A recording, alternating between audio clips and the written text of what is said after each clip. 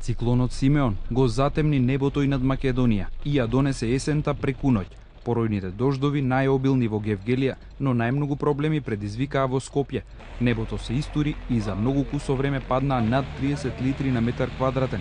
Среде шпицот, кога скопјани се враќаат од работа, кога и онака метежот е голем. Од поројните дождови на удар неколкуте критични точки. Затворените подвозници, кои на момент можеа да се поминат само со коњска кола, го пренасочија целиот сообраќај и предизвикаа вистински хаос по скопските улици. На влезот уште во 15 до 4 дојдов на влезот во Скопје, не можам никако да дојдам до Лисиче. Што се најголем проблем подвозниците? Па подвозниците нема одвод. Каков е хаосот, што ви се случи, што се дешава?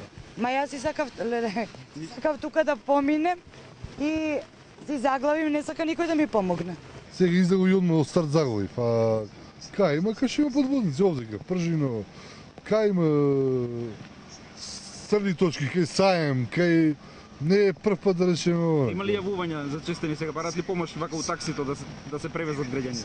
Како не може да постигнеме, само ете заглавуваме ние, бидејќи. Во обиколка на вработените од водовод беше и градоначалникот Коце Трајановски. На критичните точки кај подвозникот, кој е врска од аеродром кон Усје, надојдените води се исцрпуваа. Само една лоша проценка на возач со камион го блокираше протокот на возила на тротоарот.